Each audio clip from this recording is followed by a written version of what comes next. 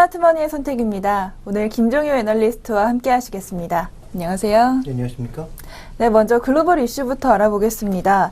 미국채 장기금리가 계속해서 하락하고 있다고 하는데요. 우선 이유부터 좀 짚어보도록 하겠습니다. 이유가 어떻게 됩니까? 네, 장기채 금리는 뭐 여러 번 설명드렸다시피 한 국가의 성장률 플러스 기대 인플레이션 이렇게 볼 수가 있거든요. 그래서 이게 너무 높으면 문제가 되겠지만 한 나라의 적정한 이 어느 정도 인플레이션 그리고 어느 정도의 성장률을 충분히 반영하고 있는 것으로 봐야 되기 때문에 이게 이제 너무 낮아도 문제고 너무 높아도 문제라고 볼 수가 있습니다. 그래서 나라의 성장률, 잠재 성장률 어느 정도 플러스 알파한 이 인플레이션까지 반영한 적정 정도를 유지를 해야 되는데 그걸 이제 미국에선 10년물 기준으로 3% 정도로 보고 있는 건데요. 아직까지 경제가 제게도 올랐다면 3%를 넘어서 기대 인플레까지 반영을 해야 되는데 지금 어차피 물가 상승률은 상당히 낮은 가운데 그렇다면 잠재 성장률도 반영하지 못한 2.7%대에서 2.5%로 갑자기 확 내려앉았거든요. 그러면 이것이 과연 무엇을 의미하는 거냐? 상당히 좀 다양한 해석이 나오고 있고 최근 또 2%대에서는 하향 안정을 보여주고 있기 때문에 추가적으로 이제 채권 금리는 여기서 또 더 안 내려가는 거 아니냐? 뭐 이런 얘기들이 나오고 있는데요. 먼저 준비된 그림을 보시면 이게 미국 얘기만이 아니라는 거죠. 대부분의 국가에서 동일하게 모두 벌어지고 있는 상황이라는 것입니다.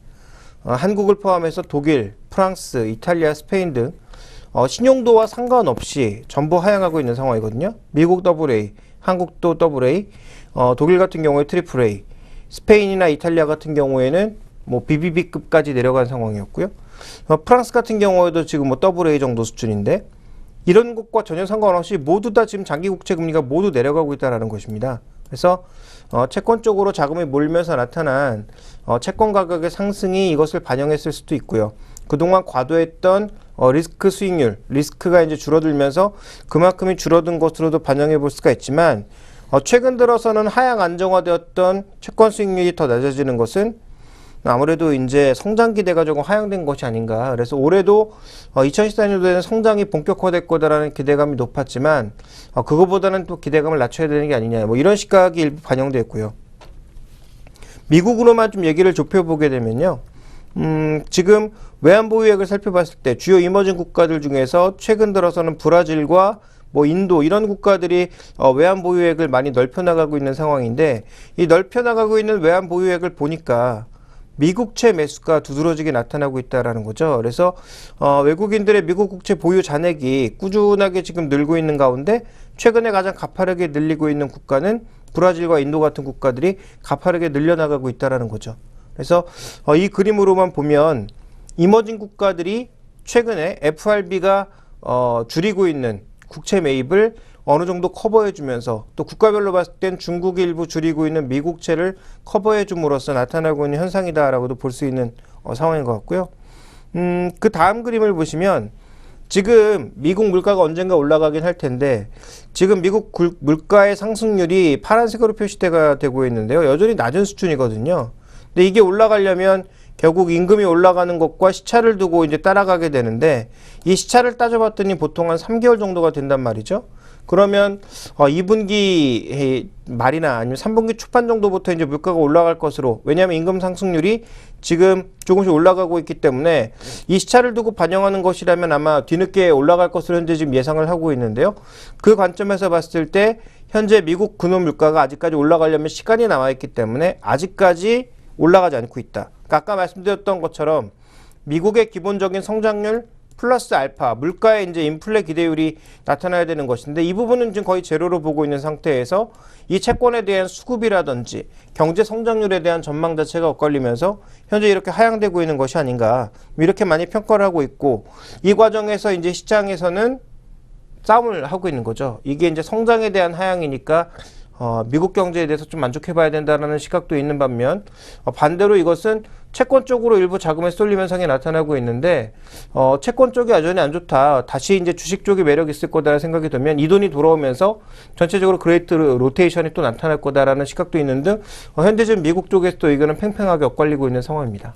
네, 그렇게 의견이 그렇게 팽팽하게 엇갈리고 있는데 그렇다면 실제로 글로벌 자금들은 어떻게 움직이고 있습니까? 최근에 이제 글로벌 자금들의 움직임을 보시면요, 아주 뭐 유의미한 흐름이 나타나고 있는 것은 아닙니다만 글로벌 자금 전체로 놓고 봤을 때는 여전히 주식형 쪽에서는 선진국 쪽으로 돈이 들어가고 있습니다. 여전히 서유럽 쪽의 자금은 굉장히 강하게 유입되고 있는 상황이고요. 최근 들어서 좀 빠지는 듯했던 북미 쪽으로도 자금이 유입이 되면서 아마 이제 전체적으로 지금 보면 선진국 쪽의 자금은 계속 유입되는 형태로 나타나고 있고요.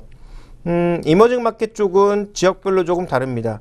아시아 쪽은 여전히 조금 답보 상태라고 보여지고 있고, 라틴 아메리카 쪽으로 일부 유입, 중동 쪽에 또 빠져나가는 모습들. 그래서 이머징 마켓 쪽의 자금 흐름은 아직도 안정되지 않은 모습을 나타내고 있고요.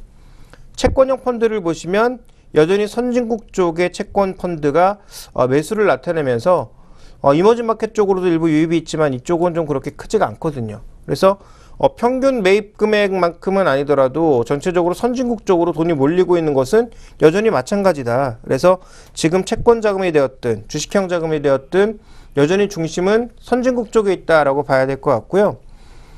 또 하나 이제 미국채와 미국 주식을 동반 매수하고 있는 그런 현상도 나타나고 있습니다. 조금 전에 살펴보셨던 것처럼 미국 주식 쪽으로도 돈이 들어가고 있지만 미국 채권 쪽으로 돈이 들어가고 있으면서 양쪽을 모두 지금 랠리를 보이고 있거든요. 그러니까 미국 달러의 강세가 미국 주식과 지금 미국 채권의 강세로 동시에 나타나고 있는 현상입니다. 이 과정에서 우리가 또 잊지 말아야 될 것은 다음 주에 6월 초에 있을 ECB에서 결국은 금리를 낮추거나 아니면 추가적인 양적 완화를 ECB가 내놓을 것이라고 거의 확신하면서 유로화가 벌써 1.39에서 1.36까지 떨어지고 있거든요.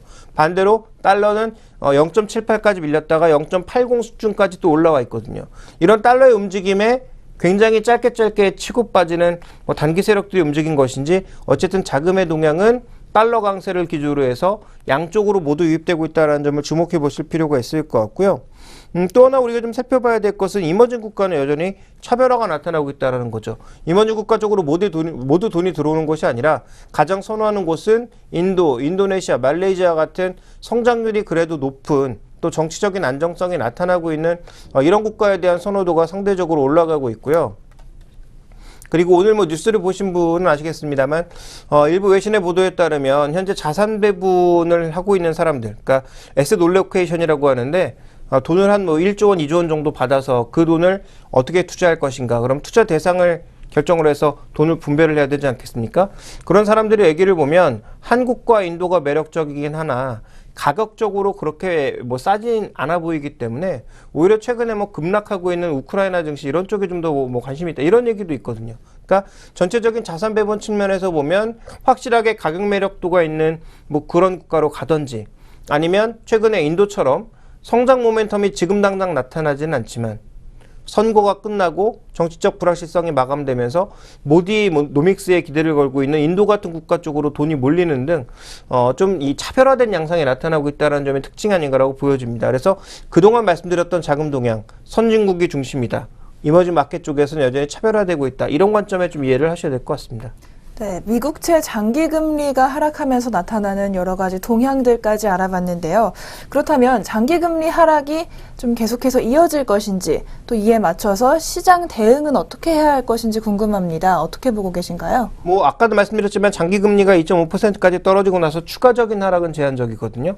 물론 오늘 휴장하고 그 다음날 또 시장이 열렸을 때 과연 어떻게 움직일지는 조금 지켜봐야 되겠습니다만, 어쨌든 지금 2.5% 레벨에선 추가적으로 밀리지 않을 거다라는 시각이 존재하고 있습니다. 그래서 준비된 그림을 보시면 최근에 단계를 깨고 단기 박스권을 깨고 한 단계 아래로 내려왔지만 여기서 추가적으로 급속도로 내려가진 않을 거다라는 시각이 있는 반면, 지금 이태리 같은 경우에는 한 3일째 좀 가파르게 올라가고 있는 상황이거든요. 그러니까 상대적으로 유럽 내 국가에서도 픽스 국가들이 가장 높이 올랐다가 가장 빠르게 내려가는 모습을 보여주었는데, 또 최근 들어선 2, 3일간 선진국들만 비교해 봤을 때는 또 올라가고 있는 상황이에요. 그러니까 G7이라고 부르는, G20이 아니라 G7이라고 부르는 그들 국가 내에서 가장 좀 뒤처지는 국가들의 수익률이 또 다르게 움직이는 것을 봤을 때 전체적으로 지금 선진국 내에서도 약간의 차별화 과정은 있는 상황이다, 좀 이렇게 봐야 될 것 같고요. 그다음 우리가 좀 살펴봐야 될 것은 미국의 소비자 물가가 분명히 낮은 수준이긴 합니다만 최근에 이제 미국이 경계감을 가질 수 있는 2%대로 비슷하게 진입하는 모습을 나타내고 있어서 또 아까도 살펴봤다시피 임금 상승률에 후행하고 있는 흐름이 이제 나타날 것이기 때문에 그와 같은 흐름을 놓고 봤을 때 분명히 물가의 상승 압력 자체가 존재하고 있는 상황인데다가 지금 수입 물가와 생산자 물가는 서서히 위쪽으로 돌아서면서 플러스 국면으로 돌아서고 있거든요. 그러니까 이런 수입 물가의 상승, 소비자 물가의 상승, 곡물 가격의 상승 이런 부분들이 존재를 하게 되면 결국은 물가 상승 압력이 존재한다는 측면에서 채권 금리가 마냥 내려가기에는 좀 쉽지 않다라고 봐야 될 것 같고요. 다만 에너지 가격은 유가는 안정되어 있으나 나머지 천연가스 가격이 좀 올라갈 가능성을 높게 본다라는 측면에서 전체적으로 물가 상승 압력은 위쪽이다. 그런데 속도는 그렇게 빠르지 않을 거다라는 시각을 반영하고 있습니다. 그것을 좀 더 적절하게 표현하고 있는 것이 바로 팁스 금리인데요. 이 팁스라고 하는 게 뭐냐면 물가연동 국채거든요. 그러니까 말 그대로 일정 수익률을 보장하되 그 일정 수익률이 물가 플러스 알파라는 거죠. 그러니까 물가가 오른 만큼 금리를 보존해 주는 것이기 때문에 채권 투자하는 사람, 금리 투자를 하는 사람들이 가장 두려워하는 게 결국은 실질 금리거든요. 그러니까 내가 아무리 금리를 얼마 받아봐야 실제로 물가가 더 빨리 올라버리면 내가 예를 들어서 2% 금리를 보장받았는데 물가가 2% 이상 올라버리면 아무 쓸모가 없는 거거든요. 현금 갖고 있는 것보단 낫겠지만 그래도 투자하는 것에 대한 보상은 아무것도 없는 것이기 때문에 팁스는 바로 그걸 약속하는 거죠. 물가 이상의 금리를 주겠다라는 것이 바로 팁스인데 이 팁스 금리를 최근에 보시면 5년물, 7년물의 전반적인 흐름이 분명히 과거 대비해서는 플러스 측면으로 돌아서고 있지만 탄력이 아주 강하지는 않습니다. 즉 물가에 대한 상승 압력이 제한적이라는 얘기거든요. 자, 종합해보면 무슨 얘기냐? 그러니까 채권 랠리. 지금 채권 랠리라고 하는 것은 채권 가격의 측면에서 본 거죠. 그러니까 채권 수익률의 추가적인 하락은 제한적이 될 가능성이 높다라고 판단을 하고 있고요. 이것이 안전자산 선호 현상으로 비춰지면서 시장에서 채권 쪽으로 자금이 많이 몰려갔다. 그런데 그 자금이 만약에 채권 랠리가 마감되고 다시 채권 그 수익률이 올라가게 되면 그 자금이 모두 빠져나와서 주식시장으로 갈 거다. 저는 이게 세상에서 가장 멍청한 소리라고 보고 있습니다. 여러 번 이 방송을 통해서도 말씀드렸지만 채권 투자하는 사람들의 자금의 성격과 주식 쪽에 돈을 집어넣는 사람들의 자금의 성격은 분명히 다르거든요. 그러니까 개인 투자자 입장에서 혹은 아주 빠르게 자산 분배를 하는 사람들 입장에서는 채권 시장 조금 좋아 보이면 채권으로 갔다가 돈 빼서 다시 주식으로 갔다 할 수도 있겠지만 정말 글로벌하게 큰 돈을 가지고 자산 배분하는 사람의 입장에서는 현재 이 정도의 금리의 움직임을 가지고 주식에 돈을 빼서 채권으로 넣었다가 성격이 전혀 다른 돈을 또 채권 쪽에 돈을 빼서 주식으로 가고 이렇게 할 것 같지는 않습니다. 그래서 지금 채권 랠리 마감되게 되면 다시 글로벌 상승이 나타나면서 이 돈이 주식으로 와서 주식의 폭발적인 상승을 일으킬 거다라고 하는 게 제가 보기엔 세상에서 가장 멍청한 소리로 들리고요. 또한 지금 현재 구간에서 채권이 금리가 계속 낮아지면서 채권 랠리를 보여서 주식시장은 끝날 거다라고 하는 그 생각은 두 번째로 멍청해 보입니다. 결국은 지금 현재 금리 수준도 박스 레벨이 낮아진 것이지 전체적으로 추세적으로 낮아질 가능성은 별로 없다라고 보고 있고요. 반대로 주식시장도 여기서 우리 시장을 기준으로 본다면 박스의 레벨을 조금씩 올릴 수 있어도 급격하게 상승할 가능성은 그렇게 높지가 않다라는 거고요. 또한 우리가 흔히 기대하고 있는 유동성 랠리가 정말 촉발되기 위해선 이번 6월 달에 ECB가 정말 강력한 유동성 대책을 내놨을 때 가능한 것입니다. 그러니까 그 이전까지는 기대감에 찔끔 올랐다가 내렸다가를 계속 반복할 가능성이 높기 때문에 정말 유동성 장세에 대한 기대감을 우리가 가지려면 6월 달에 ECB를 확인해야 혹은 그 전주에 외국인 선물의 움직임이라든지 전 세계 금융시장의 움직임을 판단해야 좀 더 정확한 판단을 내릴 수가 있다는 거죠. 그러니까 최근에 극단적으로 증시가 올라갈 거다 거기에 투자해라, 채권 쪽에 무게가 쏠린다 그쪽에 투자해라라고 하는 것은 제가 보기엔 모두 무시를 하셔도 좋다라고 보고 있고요. 결국은 그 이전까지 6월에 ECB 발표 이전까지는 제한적인 박스권 내에 머물 거다라고 보는 게 좋을 것 같습니다. 네, 지금 그레이트 로테이션이라고 나오고 있죠. 채권에서 주식으로 옮겨갈 거다. 이런 기대하시지 않는 게 좋을 것 같고요. 또 6월에 ECB 결과 보시면서 투자 전략 이어나가시기 바라겠습니다. 저희 잠시 후에 오늘의 업종, 오늘은 건설업 준비되어 있습니다. 잠시 후에 오늘의 업종으로 돌아오겠습니다.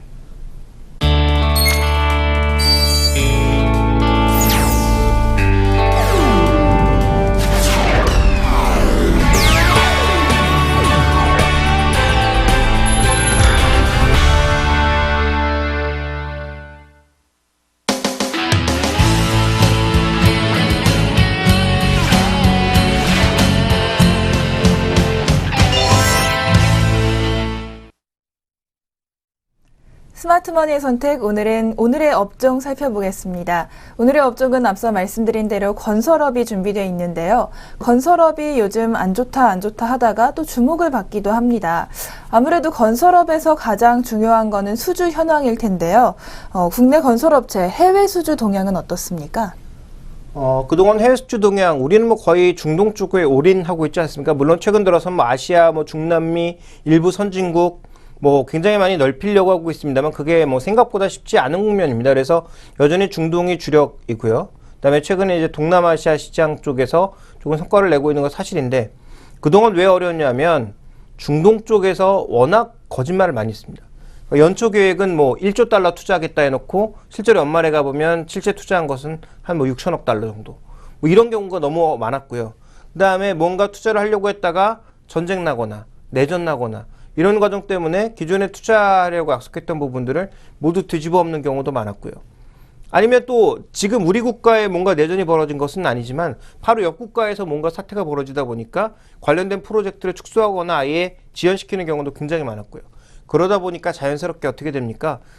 그렇지 않아도 중동은 지역적으로 유럽이랑 가깝기 때문에 유럽의 사이펜과 같은 유력 그 건설 회사들이 진출하려고 엄청나게 쓰고 있는 상황에서 70년대부터 한국 업체들, 일본 업체들이 들어가서 저가 수주 경쟁으로 이제 경쟁력을 어느 정도 확보를 했고 그 이후에 현재 구간에서는 서로 들어와서 서로 저가 수주 경쟁을 하다 보니까 가격 경쟁력이 엄청나게 심해진 상황에서 MB 정부 때 가서 워낙 저가에 수주하는 바람에 작년과 같은 실적이 나온 거 아니겠습니까? 그래서 해외 업종의 전체적인 큰 트렌드를 보자면 여전히 수익성이 크게 나진 않지만 놓칠 수 없는 프로젝트, 그러니까 일종의 뭐라고 그래야 될까요?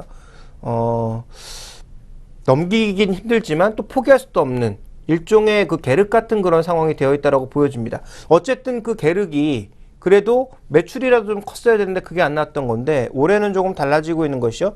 준비된 그림을 보시면 1월부터 4월까지의 그 연도별 수출량을 해외 쪽에서 비교한 것인데요. 보시면 지금 굉장히 눈에 띄게 2014년도에는 증가하고 있습니다. 그래서 금액별로 보시면 지금 작년과 비교해 봤을 때도 꽤 많이 증가한 상황이죠. 그래서 지금 연 기준으로 봤을 땐 거의 70%가량의 증가를 보였다. 꽤 큰 증가고요. 그 다음에 전망을 보시면 2011년부터 13년까지 정체된 양상을 보였다가 올해는 정상화 과정을 통해서 2010년, 2011년에 쭉 올라갔던 이 부분을 그대로 답습할 것으로 현재까지는 예상이 되고 있습니다. 이 과정이 현재 지금 건설업종의 한 가지 호재가 되고 있다고 봐야 될 것 같고요. 지역별로는 어느 쪽에서 많이 되고 있는 거냐? 여전히 중동이 주력이다라고 봐야 되겠죠. 아시아 쪽은 오히려 작년만 못하고요. 중남미나 다른 지역도 거의 뭐 없는 상태에서 이렇게 늘어난 것은 중동 쪽에서 엄청나게 많이 수주를 했고 지금 보시면 이런 수주를 보였던 결과물은 삼성 엔지니어링, GS건설 이 두 회사의 수주가 크게 늘어나면서 나타난 현상이었다. 이렇게 좀 봐야 될 것 같습니다. 자, 그렇다면 어떤 공종이 많이 수주가 됐을까요? 산업 설비 쪽이라는 거죠. 결국 플랜트라는 것인데요. 플랜트가 뭐 별거 아닙니다. 산업용, 그러니까 이 산업자재 같은 것들을 기본적으로 만들어낼 수 있는 주로 화학 플랜트 혹은 뭐 조선 플랜트 이런 것도 우리가 이제 플랜트라고 불리게 되는데 이런 산업용 설비 중에서는 정유화학, 정유 설비와 화학 설비가 가장 크다라고 보여지는데요. 지금 뭐 알제리를 포함한 북아프리카 혹은 뭐 중동 지역 쪽에 산업 설비 수요가 늘고 있어서 그쪽에 이제 강점을 가진 GS건설과 그다음에 삼성엔지니어링 같은 경우가 크게 이제 나타나고 있고요. 오히려 토목이나 건축이나 용역, 뭐 전기, 통신 이런 쪽은 거의 수주가 작년보다 오히려 줄어든 상황이거든요. 그러니까 또한 특징 업종에 너무 치우쳐져 있는 또 특정 지역에 너무 치우쳐져 있는 그런 해외 수주가 올해 좋아지고 있는 가장 결정적인 근거이다 이렇게 좀 봐야 될 것 같습니다. 네, 전반적으로 보니까 작년에 비해서 올해 그래도 긍정적인 모습 보여주고 있는데요. 그렇다면 글로벌 건설 관련주 흐름을 좀 전반적으로 보면 어떻습니까? 일단 한국 업체들이 그동안 좀 많이 저평가된 것은 사실이다라고 봐야 될 것 같습니다. 또 상대 수익률 측면에서도 그동안 심했다라고 볼 수 있는 게 사실인데요.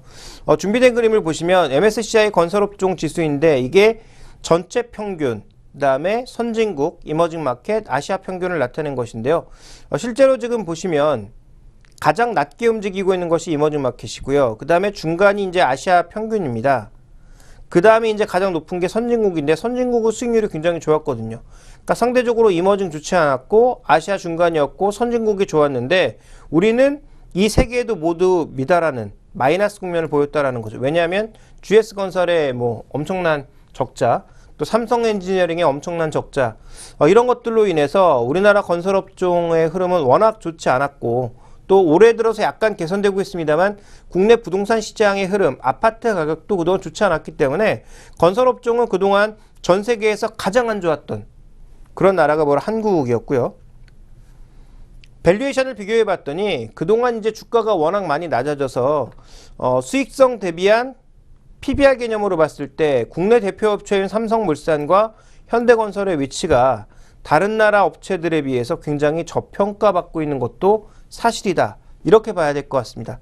자, 여기서 나머지 업체들이 나오지 않은 결정적인 이유 뭘까요? 바로 ROE, 이익이 없기 때문에 표시를 할 수가 없었던 거죠. 그러니까 만약에 작년에 이제 국내 업체들이 그래도 조금이라도 흑자를 내서 어느 정도 수익률을 보여주었다면 여기 꽤 많은 업체들이 포진을 했겠죠. 그런데 작년에 대부분 적자로 돌아선 기업들이 많아서 실제로 이 안에 포시된 기업들은 뭐 두 가지밖에 안 나왔다라고 봐야 될 것 같고요. 그 다음에 이제 또 하나 살펴봐야 될 것은 글로벌 시장에서 설비 투자의 핵심 종목이 바로 캐터필러입니다. 전 세계에서 가장 큰 중장비 업체인데요. 이 종목의 지금 주봉을 보시면 올해부터 꾸준하게 주가가 상승하고 있거든요. 그러니까 물론 지난주 들어서 조금 정체되는 양상을 보여주고는 있습니다만 어쨌든 주간 기준으로 또 추세 기준으로 봤을 때는 꾸준하게 상세를 나타내고 있다는 건 글로벌 이 건설 시장이 그래도 어느 정도 바닥을 치고 조금씩 움직이고 있다라는 개념으로 생각해 봐야 될 것 같고요. 중국도 투자의 속도를 지금 경기 회복 속도에 따라서 성장률에 따라서 조절할 것으로 보여지고 있고 지금 인도 같은 경우에도 모디노믹스 출발 이후에는 이쪽 SOC 투자에 굉장히 주력할 것으로 현재 얘기가 되고 있거든요. 그러니까 관련된 이 사업들이 조금씩 활발해질 것으로 예상이 되면서 주가들이 조금씩 움직이고 있는 것은 사실이다라고 봐야 될 것 같고요. 그 다음에 또 하나 살펴봐야 될 것은 지금 이제 수익률을 보시면 일본 업체들에 비해서 삼성엔지니어링 같은 경우가 그동안 주가가 장기적으로 보면 엄청나게 저평가된 상황이었는데 최근에 보시면요. 일본 업체의 주가가 내려가고 삼성엔지니어링 주가가 올라가는 모습, 또 수급도 외국인 수급에 받쳐주고 이쪽은 파는 모습을 보여주고 있거든요. 그러니까 그동안 글로벌 롱숏 펀드의 움직임을 보면 실적이 워낙 안 좋았고 계속 안 좋았던 한국 건설 엔지니어링 업체들은 전반적으로 팔고 일본 쪽 업체들을 사는 모습들을 보였다가 이제 그 포지션을 푸는 거죠. 그러니까 포지션을 푸는 방법은 어떻게 하는 거겠습니까? 반대로 하는 거거든요. 팔기만 했던 쪽은 사고 사기만 했던 쪽은 파는 거죠. 그래서 최근에 일본 증시, 국내 증시 흐름과 상관없이 삼성엔지니어링은 계속 외국인 매수가 유입되고 있는 거고요. 반대로 일본 쪽 종목군들은 현재 어려움을 겪고 있는 그런 모습이 나타나고 있다고 봐야 될 것 같고요. 마지막으로 이제 이익 모멘텀인데요. 자, 이익 모멘텀을 보면 지금 국내 6개사와 유럽 3개사, 일본 3개사를 비교해 봤을 때 작년까지만 하더라도 가장 좋았던 건 유럽 쪽입니다. 사이팸을 비롯한 유럽 업체들의 전반적인 수익성과 트렌드가 좋았는데요. 올해는 나머지 업체들, 유럽과 일본 업체들의 추가적인 증가가 제한적인 가운데 한국 업체가 가장 강하다라는 거죠. 그러니까 작년에 워낙 안 좋았으니까 그에 따른 베이스 이펙트로 올해 좋아질 가능성이 높다라는 것입니다. 그래서 지금 뭐 이익 모멘텀 측면으로 봤을 때도 우리나라 쪽에 조금 더 무게가 쏠리고 있는 건 사실이고요. 그 다음에 최근에 밸류에이션 흐름이라든지 아니면 상대 수익률 흐름이라든지 이런 측면으로 봤을 때 외국인 입장에서 보든 국내 입장에서 보든 어느 정도 국내 건설업체들이 매력도가 생긴 건 사실이 아닌가 이렇게 좀 판단하고 있습니다. 네, 말씀 들어보니까요. 전반적으로 우리 국내 건설사들 좀 괜찮은 상황인 것 같습니다. 그렇다면 앞으로의 투자 방향 어떻게 바라보면 좋을까요? 일단 건설업종이 올해 연초부터 조금씩 회복세를 보였거든요. 그래서 GS건설 같은 경우는 비교적 주가 많이 올랐고요. 물론 고점에서 떨어진 것에 비하면 아직도 갈 길이 많이 남았지만 분명히 바닥 대비해서는 좀 회복된 것도 사실이고요. 삼성엔지니어링은 마찬가지입니다. 그리고 추세가 나쁘지 않았던 삼성물산, 현대건설 같은 종목군들도 있었고요. 그래서 전체 건설업종에 대해서 모두 딱 한마디로 이렇게 투자하십시오라고 얘기 드리긴 어렵습니다. 그리고 아까도 살펴봤듯이 4월달까지 좋아졌던 게 전체가 좋아진 건가요? 또 국내 부동산 시장이 전부 좋아지고 있나요? 그렇게 얘기할 수 없거든요. 국내 부동산 시장의 회복은 여전히 제한적이고요. 또 해외 쪽의 흐름을 살펴보시면 아까 말씀드렸다시피 좋아지고 있는 쪽은 중동 하나뿐입니다. 아시아 쪽에서는 오히려 줄었고요. 자, 그 다음에 공정별로 봤을 때도 전반적으로 다 좋아지고 있는 게 아니라 딱 한 가지 석유화학 플랜트만 좋아지고 있는 거거든요. 그러니까 이 과정에서 놓고 보게 되면 수혜를 받을 수 있는 종목이 몇 개 없다라는 거죠. 그래서 지금 낙폭과대, 그다음에 뭐 밸류에이션 측면, 그다음에 PBR 측면 이런 걸로 봤을 때 대부분의 종목군들이 매력적인 가격까지 내려온 것은 사실이어서 추가적인 반등 여력이 남아 있겠지만 저는 건설업종에 대해서는 여전히 두 종목 꾸준하게 말씀드리고 있는 삼성물산은 지금 제3세대로 넘어가는 그 지분 가치와 상관없이 단순하게 건설업종이라고 하는 업종의 모멘텀만 보더라도 일단은 빚이 별로 없고요. 삼성물산이. 그 다음에 가지고 있는 이 공종별로 살펴봤을 때도 굉장히 다양한 포트폴리오를 갖고 있거든요. 지하철이라든지 아니면 지금 뭐 석유화학 플랜트라든지 조선 플랜트라든지 아주 굉장히 다양한 플랜트를 갖고 있습니다. 또 IT 플랜트 같은 경우에도 가져가고 있는 상황이고요. 그러니까 이제 뭐 GS건설처럼 석유화학으로 올인, 뭐 삼성엔지니어링처럼 석유화학 쪽으로 올인 뭐 이렇게 안 하고 있다는 얘기죠. 그러니까 이런 부분으로 놓고 봤을 때 분명히 매력도는 상대적으로 삼성물산 쪽에 있을 수밖에 없다라고 좀 보고 있고요. 현대건설 같은 경우는 지역 다변화의 선두주자입니다. 그래서 지금 우리는 가장 먼저 중남미 쪽으로 진출을 했고, 물론 지역도 멀고 좋은 가격에 런칭했을 가능성 뭐 제한적이지만 그래도 다양한 지역별로 진출을 해서 포트폴리오를 좀 넓혀가고 있다라는 과정에서는 이 두 종목이 그래도 건설업종에서는 탑픽이다라고 보고 있고, 나머지 종목군들에 대해서는 트레이딩 정도는 가능하다라고 보고 있습니다. 네, 건설주 굉장히 안 좋은 상황 지속됐었는데 삼성물산과 현대건설을 중심으로 이제는 관심 가져보시는 것도 좋을 것 같습니다. 저희 이제 새로운 코너죠. 종목 신호등 잠시 후에 돌아오겠습니다.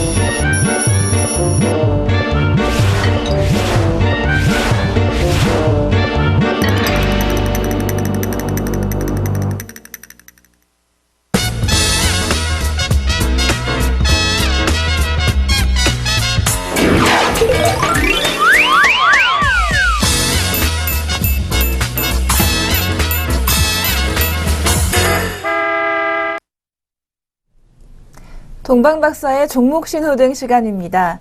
시청자 여러분께서 리치맥 홈페이지에 올려주신 사연들을 바탕으로 최병훈 전문가님께서 종목의 신호등을 켜주실 텐데요. 오늘도 동방박사 최병훈 전문가님 모시겠습니다. 안녕하세요. 네, 안녕하십니까. 동방박사 최병훈 전문가입니다. 네, 오늘도 종목별로 좋은 말씀 부탁드리겠습니다. 먼저 첫 번째 종목 질문을 드리겠습니다. 테크윙이라는 종목인데요. 테크윙을 6,500원에 매수하여 홀딩 중입니다. 이렇게 올려주셨습니다. 얼마까지 목표가를 잡아야 할지 궁금하시다고 하시는데요. 중장기로 보고 사셨다고 합니다. 어떻게 보고 계신가요? 네, 중장기로 보고 사셨으니까 아주 잘 사신 것 같습니다. 그래서 최근 들어 코스닥 종목들이 흐름이 안 좋은데요. 이 종목은 잘 올라가고 있습니다. 그죠? 그래서 지금 현재 상태도 주가는 뭐 계속 올라가고 있는데 중장기적으로 보면 아주 좋은 쪽이다. 그래서 과연 왜 이렇게 코스닥 장이 안 좋을 때 이 종목만 좀 올라가고 있을까? 그러면 결국은 뭔가 있다는 거죠. 그게 바로 실적입니다. 그래서 지금 쭉 올라가고 있는데 한번 차트 이렇게 보시면 그냥 올라가고 있죠. 그죠? 이렇게 상승 중입니다. 오늘은 원봉인데 현재 상태에서 하지만 과연 왜 이렇게 장보다 시장보다 셀까? 그것을 한번 투자 포인트로 한번 짚고 넘어가도록 하겠습니다. 이 테크윙은 여러분들도 뭐 아신 분도 있겠지만, 테크윙은 반도체 제품을 양품인지 불량품인지 자동으로 분류하는 핸들러거든요. 그래서 반도체 후공정 업체입니다. 그래서 현재 메모리 테스트 핸들러는 전 세계적으로 비중이 MS가 시장 점유율 50% 정도 되는 압도적인 1위사입니다. 근데 지금 메모리 반도체 시장은 거의 포화 상태고, 결국은 이제 성장성을 구가를 하려면 비메모리 반도체 시장으로 진입을 해야 되는데, 그래서 이 회사는 비메모리 반도체 시장으로 테스트 핸들러를 진입을 했습니다. 그래서 2분기부터 이 실적이 매출이 이제 나오면서 실적이 나올 걸로 보이고요. 향후 가면 갈수록 매출은 확대될 것으로 보입니다. 그래서 성장성도 확보를 했다. 그래서 보면 올해 예상 매출액을 보게 되면 작년 대비해서 한 40% 정도 증가될 걸로 보이고, 영업이익은 한 100% 정도 증가될 걸로 보입니다. 그래서 실적이 질적인 개선을 하고 있다. 그래서 지금 현재 올해 예상 실적으로 PER로 봤을 때 7배 정도, 내년 정도 예상 실적으로 봤을 때 한 5배 정도이기 때문에, 그리고 PBR 1.3배, 아직까지 상승률이 충분히 크다. 그렇게 보고 진입을 하면 될 것 같고요. 한번 차트를 보고 말씀드리면, 아까는 잠깐 일봉 차트를 한번 보여드렸는데요. 자, 일봉 차트는 어느 정도 올라왔죠, 그죠? 근데 주봉으로 보게 되면 이제 박스권 이제 돌파를 했습니다. 그리고 가일권이고요. 그런데 월봉을 한번 보게 되면, 월봉을 보면 이제 박스권 상단 근처에 왔습니다. 그래서 어느 정도까지 왔는데 가장 큰 매물대는 8,000원 정도입니다. 여기에 8,000원이죠, 그죠? 그래서 지금 상승 중이기 때문에 한 8,000원, 여기서 조정을 주더라도 8,000원까지 충분히 갈 걸로 보입니다. 그래서 이 종목의 목표가는 단기적으로는 거의 지금 여기서 한 7,500원 정도 볼 수는 있겠지만, 그 다음에 중장기적으로 이 매물대까지 충분히 갈 수 있다. 향후 실적이 좋아지기 때문에 8,200원까지 봐드리고요. 그리고 손절가는 중심선 기준인 한 6,600원 정도 이렇게 봐드리도록 하겠습니다. 네, 성장성에 지금 저평가되고 있는 종목 굉장히 좋아 보이는데요. 테크윙의 종목 신호등은 어떤 불인가요? 네, 초록 신호등 켜드리겠습니다. 네, 테크윙은 매수 그리고 또 안심하셔도 된다는 초록 신호등 켜주셨습니다. 네, 그렇다면 다음 종목 살펴보겠습니다. OCI에 대해서 시청자분께서 사연 올려주셨는데요.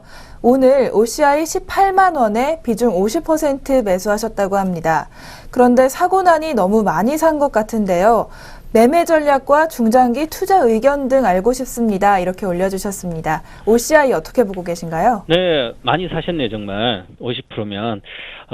근데 이제 지금은 어느 정도 괜찮은 편인데, 향후에 이제 전체적인 지수가 상승한다든지 업황이 개선된다면 비중을 줄이지 않고 가도 되겠지만, 아직은 불확실합니다. 그래서 반등 시에 좀 비중을 좀 줄이도 좋은 전략이다, 이렇게 봐드리고요. 올해 OCI 같은 경우는 올해 3월까지 진입하신 분들은 대다수 여기서 사신 분들은 현재 평가손 상태죠. 그만큼 주가가 지지부진한 모습을 보였습니다. 이렇게 주가가 이렇게 하락하면서 지지부진한 모습 보인 게 바로 중국 경기 연착륙도 있지만 중국의 태양광 업체들이 구조조정에 들어가 있죠. 그래서 그 구조조정 때문에 이 회사도 수요가 부진할 거로 보였기 때문에 계속 하락했습니다. 지금 박스권에 와 있는데요. 그래서 과연 이제 이 주가가 추세적으로 이 매물대를 다 뚫고 가기 위해서는 과연 어떤 투자에 어떤 모멘텀이 있어야죠. 그 모멘텀이 있는지 한번 투자 포인트를 보고 한번 말씀을 드리면, 이 OCI 같은 경우는 그동안 이제 주가가 이렇게 3월부터 계속 3월 중순부터 빠진 이유는 중국 구조조정의 어떤 역기능이라면 중소형 고객사가 탈락을 하면서 퇴출이 되면서 대형화로 간다는 얘기죠. 그래서 그에 대면 수요가 좀 부족하지 않겠나, 수요가 줄어들지 않겠나. 그래서 결국은 OCI의 주 고객층인 모듈사나 이런 데들이 대형사로 되기 때문에 잠깐의 어떤 구조적으로 수요의 어떤 부진, 그래서 주가가 부진한 상태였고요. 근데 향후에 좀 생각을 해본다면 중국 업체든 전략적으로 상위 모듈 업체를 확대하는 그런 몇 개 모듈 업체로 이제 집중하는 그런 전략을 쓰고 있기 때문에 향후에는 이 집중하는 대형사들은 지금 캐파를 많이 늘려서 시설 증설을 많이 했거든요. 그래서 올해는 이제는 앞으로는 물량 폴리시콜 물량이 증가될 것으로 기대됩니다. 그래서 하지만 이제 밸류에이션 가치로 봤을 때 2014년도 예상을 봤을 때 EPS가 2,800원이거든요. 그리고 2015년도 예상은 8,000원, 2016년도에는 12,000원입니다. 그러면 현재 주가가 17만 원대이기 때문에 18만 원. 현재 2016 2년 뒤에 예상 밸류에이션을 갖추고 따지더라도 PER 기준으로 지금 현재 16배, 17배이기 때문에 밸류에이션 가치로는 따지기는 좀 쉽지 않지 않나. 그렇더라도 향후에 가면 갈수록 이렇게 EPS도 개선이 되기 때문에 턴어라운드는 시작이 됐다 이렇게 보시고 일단은 기술적인 매매를 하시고 이익이 나면 좀 들고 가는 그런 구조로 가시면 될 것 같습니다. 그리고 한번 주봉 차트, 일봉 차트는 지금 바닥권이죠. 22평선 이상 올려와 있는데 주봉으로 봤을 때는 주봉도 바닥권입니다. 지금 현재. 자, 그리고 주봉으로는 매수가 돼 있고요. 상승 중이고 거래는 줄어 있지만 거래가 좀 늘어나야만 추세가 일어날 거로 보이고요. 아직 주가는 탄력적 움직일 때는 아니다 이렇게 보여지고요. 그다음 월봉상으로 보더라도 22평선을 있는 근데 매물대 많이 와 있죠. 그래서 이 종목은 19만원대, 20만원대 다시 진입을 해야만 추세가 나올 것으로 보이고 이 매물대를 뚫기가 쉽지 않겠나. 그래서 아직은 월봉상으로는 별로 안 좋습니다. 그래서 단기적인 짧은 매매 한 3%, 5% 정도만 3% 정도만 보고 매매하지 추세적인 매매는 아직은 아니다. 그래서 좀 조심하면서 매매를 하자. 그래서 비중을 이런 경우는 비중을 한 30%의 비중이 적당할 걸로 보이고요. 단기적인 목표가는 여기 보시면 상단 밴드 하늘선인 19만 5천원까지 보면 되고요. 그 다음에 손절가를 반드시 지켜주시라. 아직까지는 실적에 대한 고평가된 종목은 손절선이 아주 중요합니다. 그래서 17만 4천원 정도 반드시 여기는 좀 지지해 줘야 되지 않겠나. 그래서 17만 4천원을 손절선으로 제시해 드리도록 하겠습니다. 네, 시청자분께서 올려주신 것처럼 50%는 좀 많지 않나 이렇게 의견을 주셨는데요. 그렇다면 OCI에 대한 종목 신호등은 어떤 분인가요? 그래도 주가가 싸기 때문에 초록 신호등을 켜드리고 손절선만 잘 지키면 된다. 초록 신호등 켜드리겠습니다. 네, 일단 매수 신호인 초록 신호등 켜주셨고요. 다만 손절선 꼭 지켜주시길 바란다고 또 강조를 해주셨습니다. 다음 종목 소개해드리겠습니다. 다음 종목은 바로 네이버입니다. 대형주만 매매하고 있는 투자자분입니다. 이렇게 투자자입니다 하고 올려주셨는데요. 한 달 전에 78만 원에 매수를 하셨다고 합니다. 100만 원을 목표로 매수를 하셨다고 하셨는데 그 이후에 안 가는데 어떻게 해야 하나요? 비중은 50%입니다. 이렇게 말씀해 주셨습니다. 네이버는 어떻게 보고 계신가요? 네이버는 사실 이제 오늘 이슈가 되고 있는데요. 다음과 카카오가 합병 얘기 나오면서 네이버 오늘 빠지고 있죠. 그만큼 시장의 핫 이슈인데 이 종목은 사실 한 달 전에 살 때 매수 시점에 너무 많이 샀습니다. 많이 올라온 주식을 개인 투자자는 대다수 많이 갈 때 막 오르면 많이 사는데요. 바닥에서 시작할 때 많이 사는 게 좋을 것 같고요. 저는 좀 위험한 구간에 샀기 때문에 일단은 좀 분석을 해드리고 나서 그 다음에 전략을 한번 제시해드리도록 하겠습니다. 자, 주가는 지금 현재 바닥권입니다. 바닥권으로 보이죠. 일봉상으로는. 일봉상으로 보면 여기서 지금 내려왔다 88만 찍고 내려와서 바닥권인데 조금 지나가지고 아마 이분은 여기서 사신 것 같아요. 양봉 뜨면서 갈 줄 알고 그래서 많이 샀는데 계속 안 갔죠. 그 이후로. 그래서 월 주봉으로 보면 엄청나게 올랐죠. 그죠? 45만 원대부터 시작해서 100% 여기서 이렇게 해서 100%로 올랐습니다. 100% 올랐으면 바닥에서 거의 올랐다는 얘기죠. 그리고 지금 다시 여기서 꺾이고 있는데요. 많이 단계별로 보시면 이게 3단계까지 올랐기 때문에 파동으로 보면 주봉으로 보시면 주봉이죠. 주봉으로 보면 이것은 시세가 완료됐다. 그 박스권 조정이 들어갔습니다. 그러면 박스권에서 나오는 게 좋죠. 큰 시세가 나지 않는다는 얘기죠. 월봉도 보면 조정이 들어갔고요. 그래서 현재 상태는 주가가 조정을 받고 있지만 과연 왜 이렇게 주식이 현재 못 가고 있을까? 그것을 기술적으로 딱 보면 지금 수급으로 한번 보겠습니다. 수급으로 보게 되면 최근 들어서 이 종목은 네이버는 외국인들은 계속 팔았습니다. 지금 77만 6천 주를 6개월 동안 팔았고 기간은 55만 천 주를 이렇게 샀는데 6개월 동안 그러면 차트를 한번 이렇게 보시면 이 종목은 외국인은 계속 팔고 기관은 계속 샀습니다. 그죠? 그래서 근데 40만에서 80만까지 올라올 때까지 외국인이 샀거든요. 외국인이 팔고 있습니다. 그러면 주가가 매수 세력이 떠나고 있기 때문에 이 종목은 좀 조심해야 되지 않겠나 그런 측면을 봐드리고요. 왜 그러면 또 그리고 오늘 이슈가 나왔듯이 가장 큰 이슈가 이제 네이버는 다음이 2위인데 다음과 카카오의 합병권이 있으면 경쟁 플랫폼이 출현했다는 얘기죠. 그렇게 되면 MS가 좀 정체되든지 아니면 좀 내려갈 수 있습니다. 중장기적으로. 그리고 온라인 광고 시장이 성장이 정체가 됐고요. 그다음에 모바일 광고 시장 성장은 계속 하기 때문에 그렇게 해서 좋은 측면도 있지만 고평가 영역이다. 올해 예상 실적을 봐도 PER이 45배, PBR이 12배 정도로 고평가다. 그래서 기존의 어떤 모멘텀이 다 주가에 반영됐다. 그래서 조심해서 하시고요. 자, 목표가는 기술적으로 반등시에 반드시 매도를 하시라. 반등시 매도하시고 손절가는 72만 원 박스권을 붕괴하면 절대로 안 된다. 그래서 72만 원 손절선을 해드리고요. 될 수 있으면 반등을 이용해서 빨리 매도하고 나오신 게 좋을 것 같습니다. 네, 네이버에 대해서 굉장히 좀 우려 섞인 시각 보여주셨는데요. 그렇다면 네이버의 종목 신호등은 어떤 불인가요? 네, 적색 신호등을 켜드리고요. 반등시 꼭 매도를 하시라 이렇게 말씀드리겠습니다. 네, 반등시 매도 꼭 필요한 적색 신호등 켜주셨습니다. 네, 지금까지 이렇게 세 종목 알아봤습니다. 오늘 좋은 말씀 해주신 동방박사 최병훈 전문가님 고맙습니다. 네, 감사합니다. 네, 지금까지 동방박사의 종목 신호등 시간이었습니다.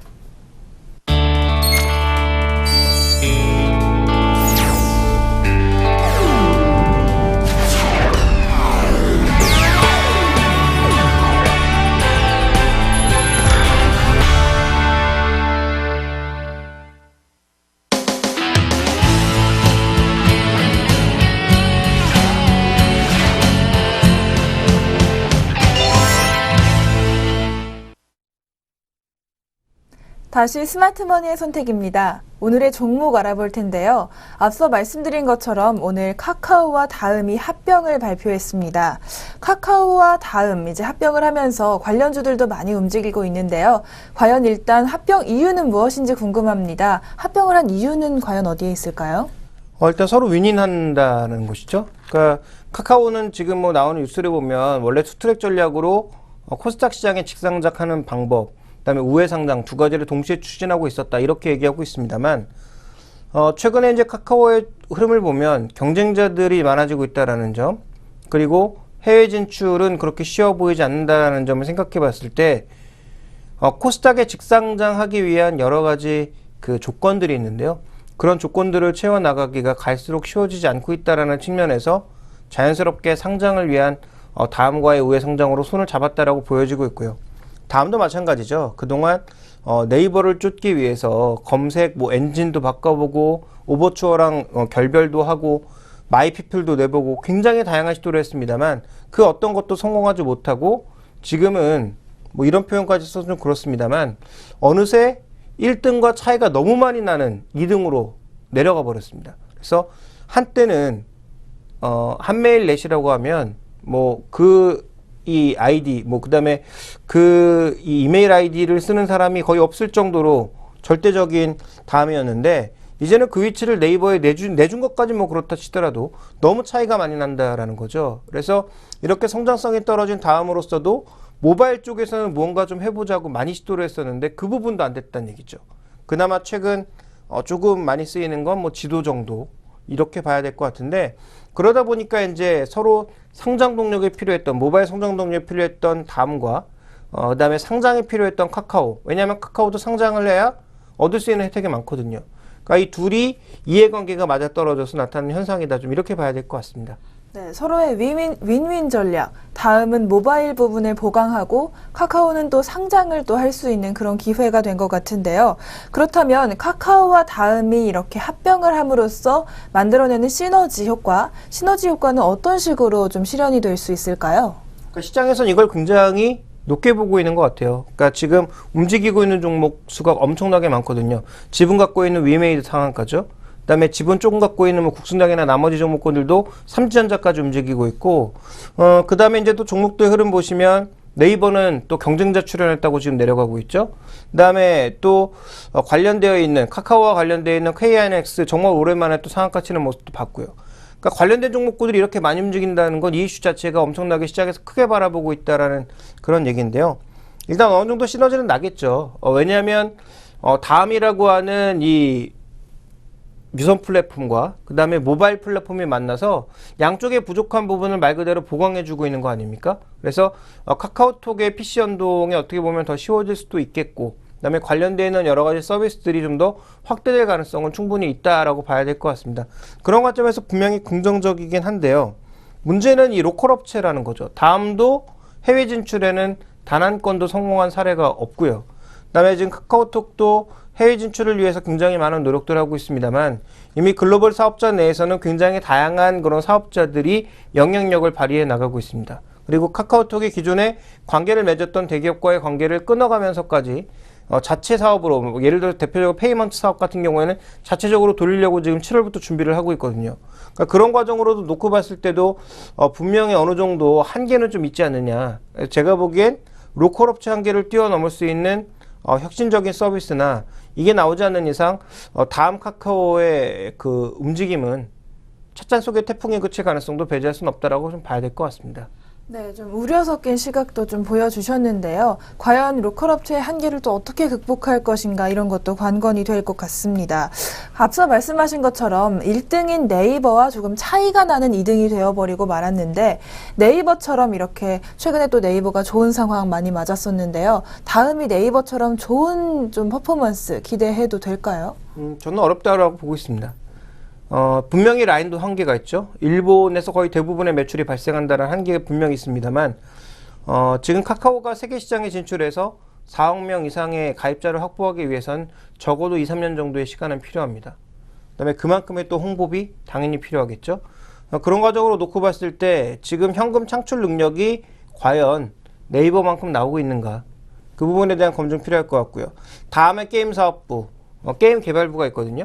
그러니까 이런 쪽이 카카오 쪽으로 넘어가서 좀 시너지를 낼 수 있지 않을까. 분명히 어느 정도 낼 수 있겠죠. 거기서 대박 게임도 나올 수 있습니다. 그렇지만 여러분들 아시다시피 모바일 대박 게임 나와봐야 길어야 3개월. 정말 더 길게 가는 진짜 초대박 게임이 한 6개월에서 1년 사이입니다. 그러니까 그런 효과는 그렇게 오래 가지 않는다라는 것이거든요. 그러니까 그런 관점으로 놓고 보게 되면 이 두 종목이 내는 시너지가 생각보다 크지 않은 가능성에 좀 더 무게를 두시는 게 제가 보기엔 맞다라고 판단하고 있고요. 그래서 단기적으로는 뭐 내일부터 다시 거래 재개가 될 것 같은데, 다음이 상승하겠지만 지금 장외시장에서 벌써 인수를 1조 5천억대 한다는데 장외시장에서 벌써 2조 원이 넘는 돈에 거래되고 있다는 건 그만큼 카카오톡이 고평가되고 있다는 거거든요. 그 네이버 지금 겪는 가장 큰 어려움이 뭡니까? 고평가 논란이거든요. 그러면 그 상장 가격 그대로 받아들인다고 하더라도 이 종목도 바로 상장되자마자 또 이제 합병돼서 거래되자마자 고평가 논란에 시달릴 수 있다라는 거죠. 그러니까 저는 그런 관점에서 놓고 봤을 때 그렇게 큰 매력 없다라고 보고 있고, 아까도 언급드렸지만 이 종목이 정말 해외 시장 쪽에서 유의미한 어떤 변화를 나타내기 전까지는 단기 매수 정도로만 임하셔야 될 것 같습니다. 그래서 다시 한번 언급드리는데, 아직까지 카카오톡과 다음은 단 한 번도 의미 있는 해외 시장을 만들어내지 못했다. 인터넷이 좋은 게 뭡니까? 인터넷이라고 하는 걸 통해서 전혀 시간 가림 없이, 장소 구애 없이 접속하고 거기 있는 콘텐츠를 소비하고 활용할 수 있다는 게 가장 큰 강점이거든요. 근데 그런 강점에 있어서는 아무래도 부족하다라는 점을 저는 문제 삼고 싶습니다. 네, 지금 시장의 좀 시각은 굉장히 긍정적인 것 같지만 이렇게 좀 우려할 만한 점 꼭 유념하시면 좋겠습니다. 네, 지금까지 김종유 애널리스트님과 오늘의 이슈들 알아봤습니다. 수고 많으셨습니다. 네, 지금까지 스마트머니의 선택이었습니다.